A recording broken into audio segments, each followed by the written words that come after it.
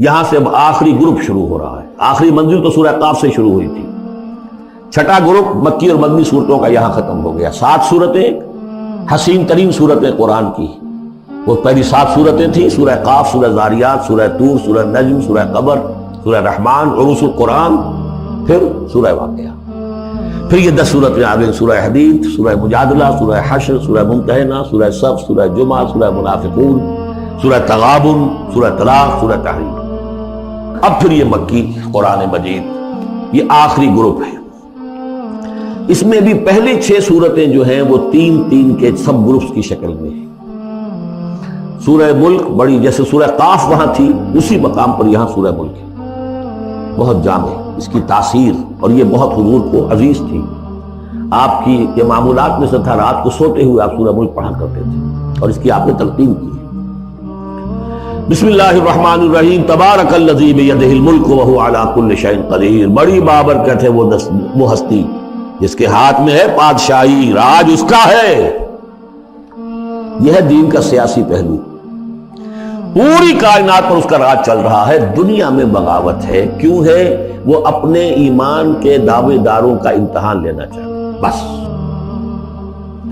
ورنہ سورج، چاند، گیلیکسیز، پوری کائنات اور خود ہمارے جسم کا ایک ایک ذرہ اس کے قانون کا پابند ہے، تابع ہے.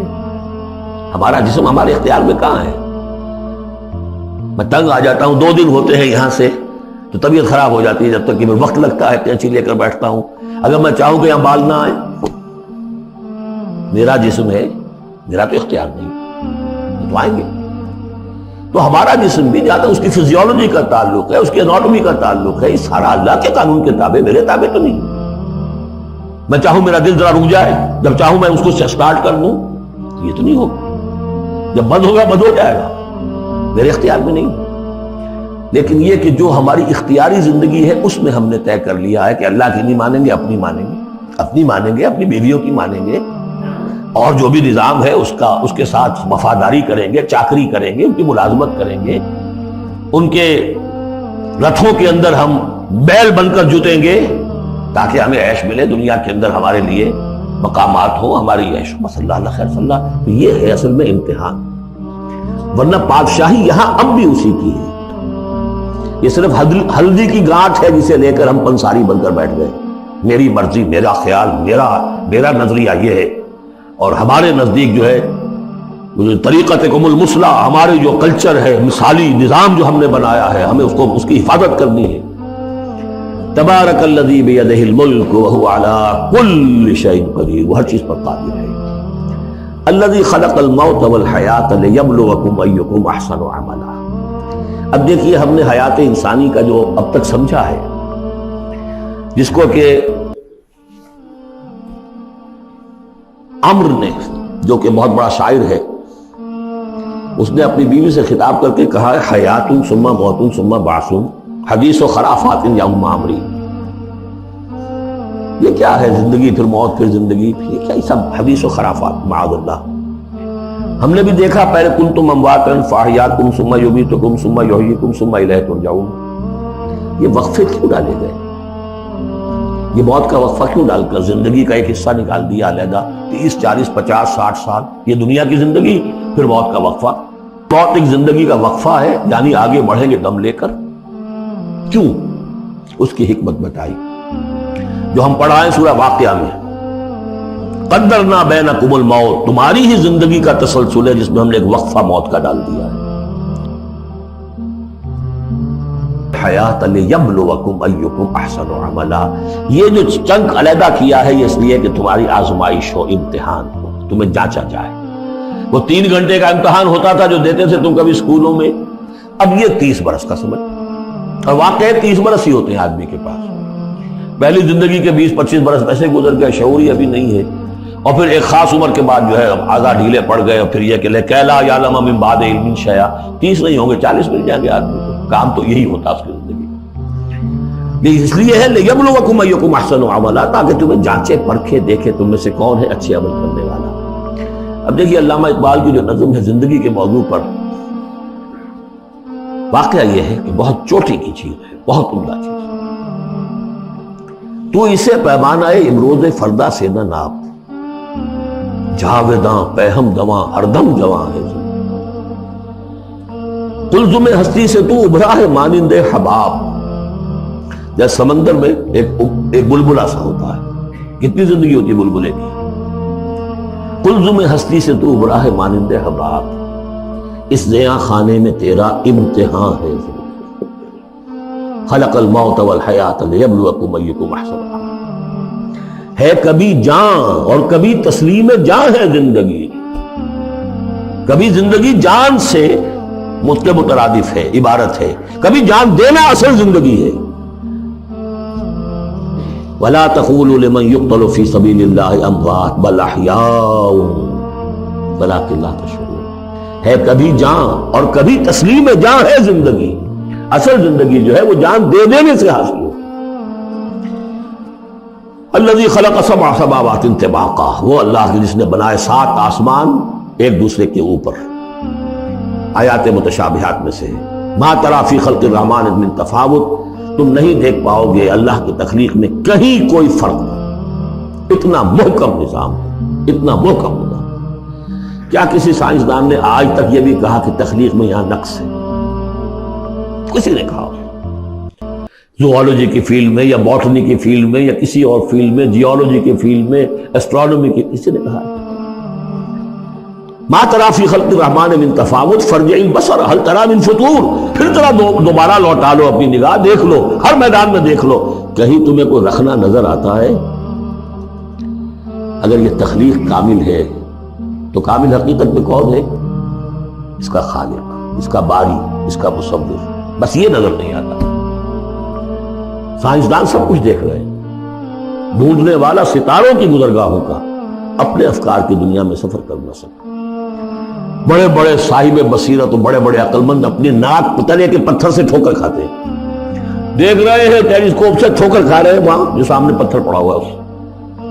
یہ ہو رہا ہے آج ہمارے ساتھ. سپر جیل کا بسرا کر رہے ہیں. پھر لوٹاؤ ذرا اپنی نگاہ کو 2 مرتبہ اور.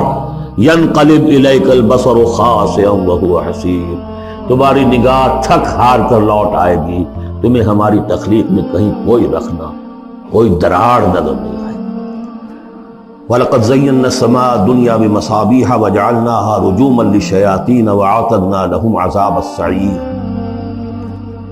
اور ہم نے سب سے قریبی آسمان کو سجا دیا ہے چراغوں سے، یعنی زمین سے جو قریب ترین آسمان ہے، پہلا آسمان.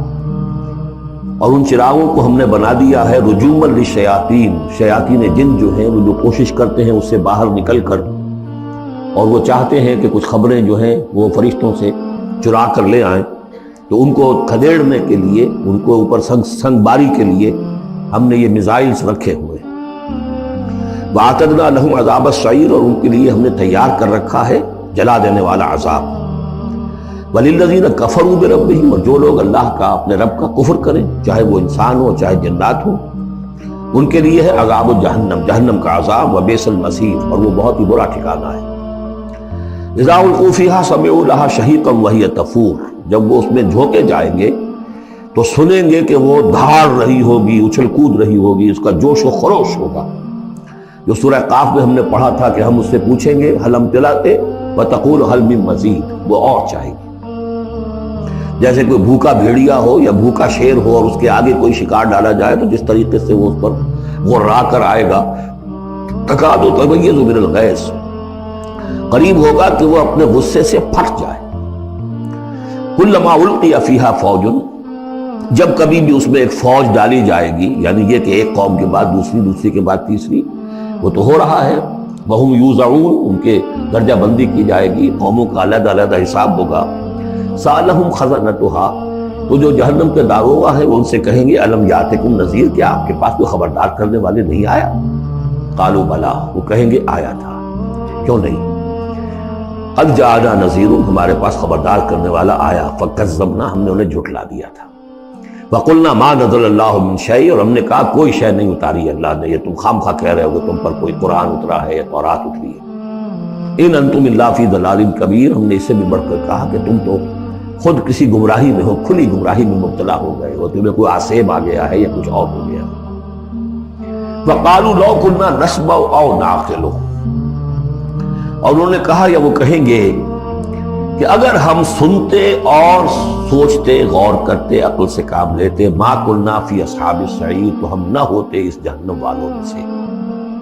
فاعترفوا بذنبہم، پس انہوں نے اپنے اصل گناہ کا اعتراف کر لیا۔ یہ بہت اہم مقام ہے۔ اصل گناہ کیا تھا کہ ہم نے ان کی بات سنی نہیں، سنی تو انسنی کر دی، اس پر غور نہیں کیا۔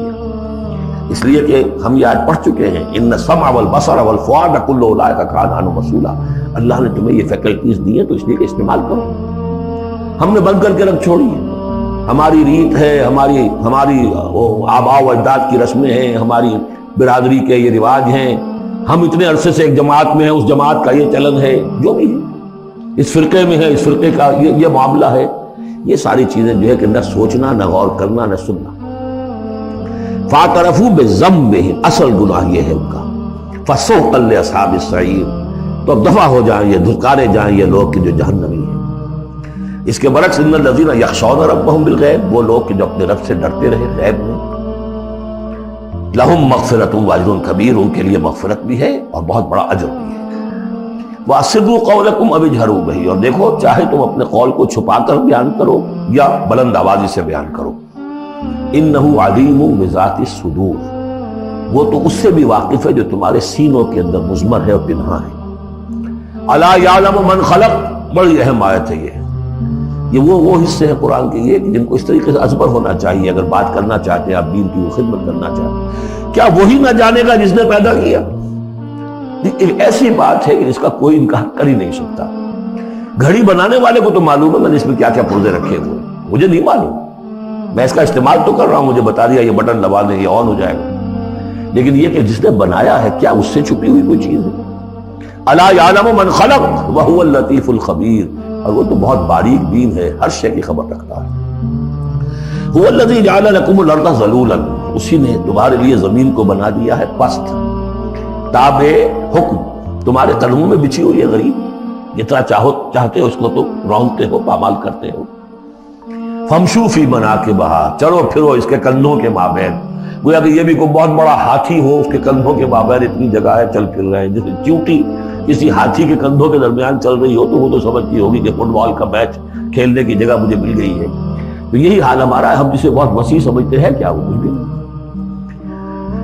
فمشوا فی مناکبہا وکلوا من رزقہ، اور اسی کے رزق میں سے کھاؤ پیو، اسی زمین میں سے تمہارا رزق بھی برآمد ہو جائے گا۔ وإلیہ النشور، یہ یاد رکھو کہ پھر اللہ ہی کی طرف اٹھ جانا، یہ اٹھنا ہے۔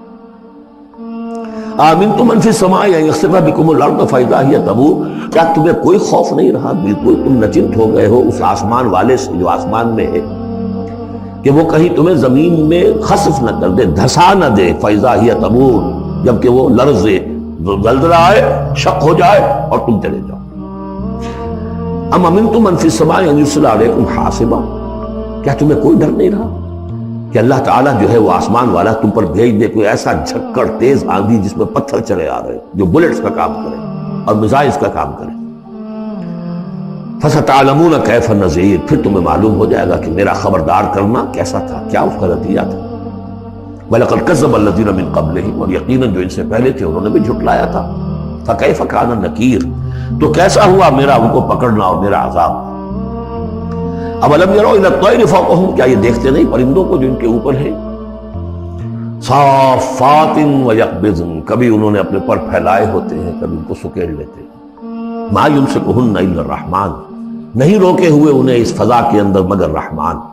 انہ بکل شیء بصیر، یقیناً وہ ہر چیز کو دیکھ رہا ہے۔ یعنی جو قانون طبیعی ہے جس کے تحت وہ چل رہا ہے وہ تو اللہ کا بنایا ہوا ہے۔ امن ھذا الذی هو جند لکم ینصرکم من دون الرحمن، بھلا وہ کون ہے جو تمہارا لشکر بن جائے اور تمہاری مدد کرے رحمان کے مقابلے میں۔ ان الکافرون الا فی غرور، نہیں ہے یہ کافر مگر دھوکے میں آ گئے، بہکاوے میں آ گئے۔ امن ھذا الذی یرزقکم من امسک رزقا، پھر بھلا کون ہے وہ جو تمہیں رزق دے سکے اگر اللہ اپنے رزق کے خزانوں کو روک لے۔ بل لجوا فی عتو و نفور، نہیں یہ لوگ اپنی شرارت میں اور نفرت میں بہت آگے بڑھ گئے۔ افمن یمشی مکبا، یہ آیت بہت اہم ہے حکمت قرآن کے اعتبار سے، فلسفے کے اعتبار سے۔ افمن یمشی مکبا علی وجہہ اہدی امن یمشی سویا علی صراط مستقیم، دو انسانوں کا تصور کرو، ایک شخص وہ ہے کہ جو اوندھے منہ پیٹ کے بل گھسٹ رہا ہے، ایک وہ جو سیدھا کھڑا ہے، سیدھے راستے پر چل رہا ہے۔ کون ہوگا زیادہ ہدایت پر؟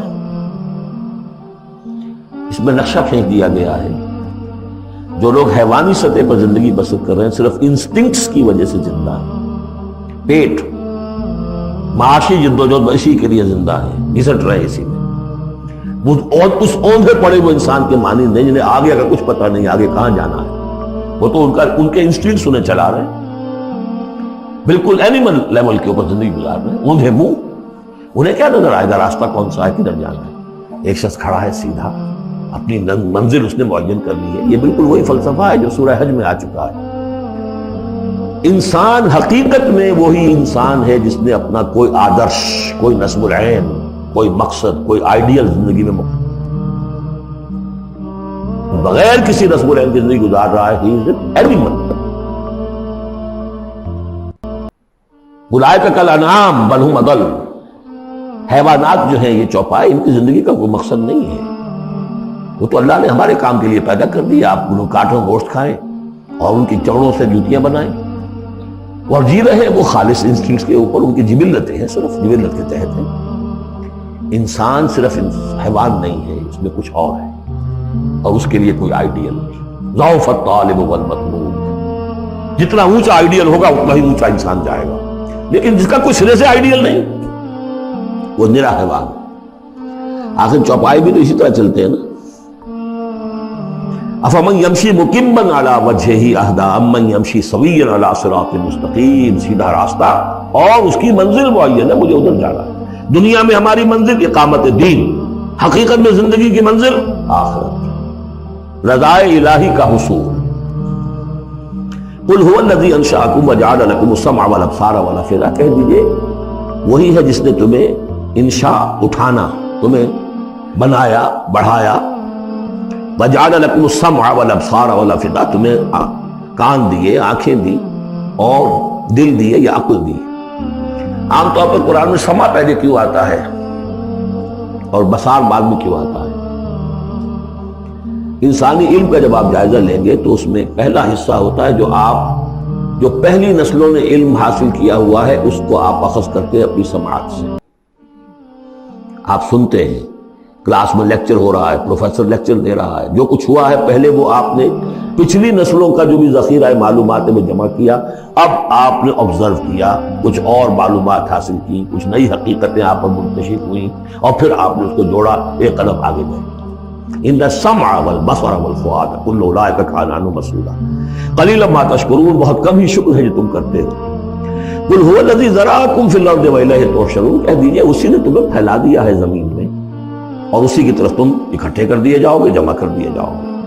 وَيَقُولُونَ مَتَىٰ هَٰذَا الْوَعْدُ إِن كُنتُمْ صَادِقِينَ، وہ کہتے کب ہوگا یہ وعدہ، کب پورا ہوگا، اگر تم سچے ہو تو بتاؤ۔ قُلْ إِنَّمَا الْعِلْمُ عِندَ اللَّهِ، کہہ دیجئے کہ اس کا علم اللہ کے پاس ہے۔ آخرت کب آئے گی؟ وَاللَّهُ عِندَهُ عِلْمُ السَّاعَةِ، اللہ ہی کے پاس اس کا علم ہے۔ وَإِنَّمَا أَنَا نَذِيرٌ مُّبِينٌ، اور میں تو بس صرف ایک واضح اور صاف صاف ڈرا دینے والا ہوں، اس کے سوا میری ذمہ داری کوئی نہیں۔ فَلَمَّا رَأَوْهُ زُلْفَةً، پھر جب وہ دیکھیں گے اس کو قریب آ گئی، سیئت وجوہ الذین کفروا، تو ان کے چہروں کے حلیے بگڑ جائیں گے، برے ہو جائیں گے ان کے چہرے، ان کافروں کے۔ وقیل ھذا الذی کنتم بہ تدعون، اور کہا جائے گا یہ ہے وہ جس کو تم مطالبہ کرتے تھے کہ لاؤ اور لے آؤ جلدی سے۔ قل ارأیتم ان اہلکنی اللہ ومن معی او رحمنا فمن یجیر الکافرین من عذاب الیم، اے نبی ان سے کہیے دیکھو اگر مجھے میرا اللہ ہلاک کر دے یا اور جو میرے ساتھ ہیں ان سب کو بھی ہلاک کر دے، یا اللہ تعالی ہم پر رحم فرمائے، سوال یہ ہے کہ تمہیں کون بچائے گا، کافروں کو کون بچائے گا عذاب علیم سے؟ ہمارا جو بھی ہو ہم ناکام رہ جائیں، تمہارے نزدیک ناکام ہو گئے، ہمارے نزدیک تو کوئی ناکامی ہے ہی نہیں۔ حل تربصون بنا الا احدی الحسنیین، دو اعلیٰ صورتیں ہیں، ان میں سے تیسری کوئی صورت ہے ہی نہیں۔ یا ہمارا رب ہمیں سب کو جام شہادت نوش کروا دے، کامیابی کامیابی، سب سے بڑی کامیابی تو یہی، اور کامیاب ہو کر اگر واپس آ گئے تو تم بھی کہو گے کہ کامیاب ہو۔ لیکن تم سوچو کہ کافروں کو کون بچائے گا دردناک عذاب سے؟ قل هو الرحمن آمنا به، کہہ دیجئے وہ رحمان ہے، اس پر ہم تو ایمان لا چکے ہیں، وعلیہ توکلنا، اور اسی پر ہمارا توکل۔ نوٹ کریے یہ صورت جو ہے بالکل ابتدائی زمانے کی صورت ہے۔ ابھی سمجھیے کہ یہ ابتدائی رد و قضا ہے، جس کی آخری شکلیں وہ ہیں جو سورہ انعام اور سورہ اعراف اور سورہ یونس اور سورہ ہود میں ہم دیکھا ہے. فَسَتَعْلَمُونَ مَنْ هُوَ فِي ضَلَالٍ مُبِينٍ، تو عنقریب تمہیں معلوم ہو جائے گا کہ کھلی گمراہی میں کون تھا، ہم تھے یا تم تھے. قُلْ أَرَأَيْتُمْ إِنْ أَصْبَحَ مَاؤُكُمْ غَوْرًا، ذرا ایک بات پر اور غور کرو، اگر تمہارا یہ پانی جو زمین کا ہے وہ نیچے اتر جائے، کبھی کبھی ایک دم بہت جو ہے ایک الارم ہو جاتا ہے کہ پانی کی سطح نیچے جا رہی ہے، بارشیں کم ہوئی ہیں، پانی کی سطح نیچے جا رہی ہے، کہاں سے لائیں گے پانی؟ وہ تو پھر بھی ابھی ایک حد تک ہی نیچے جاتی ہے، یہ پانی اور نیچے چلا جائے. فَمَنْ يَأْتِيكُم مِّن مَّاءٍ مَّعِينٍ، کون ہے وہ جو لائے گا تمہارے پاس وہ پانی صاف نتھرا ہوا پانی؟